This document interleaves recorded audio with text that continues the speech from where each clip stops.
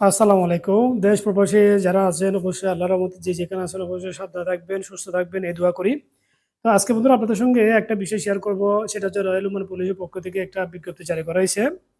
সেটা আজকে সকাল থেকে।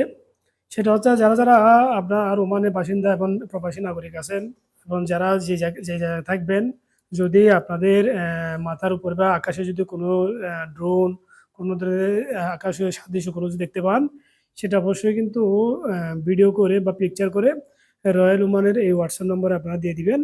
কারণ এটা কিন্তু বলা হচ্ছে কেন? কারণ যেহেতু আপনারা জানেন ইরানের সঙ্গে আমেরিকা ইসরায়েল যে সমস্যাটা হচ্ছে এটা নিয়ে কিন্তু আপনার অলরেডি আপনার ওমানে কিন্তু ২ টা জায়গায় কিন্তু পরপর ২ বার হামলা হইছে। একটা হচ্ছে কিন্তু দুকুম পোর্টে, পাশাপাশি আরেকটা হচ্ছে কিন্তু সারানাতে।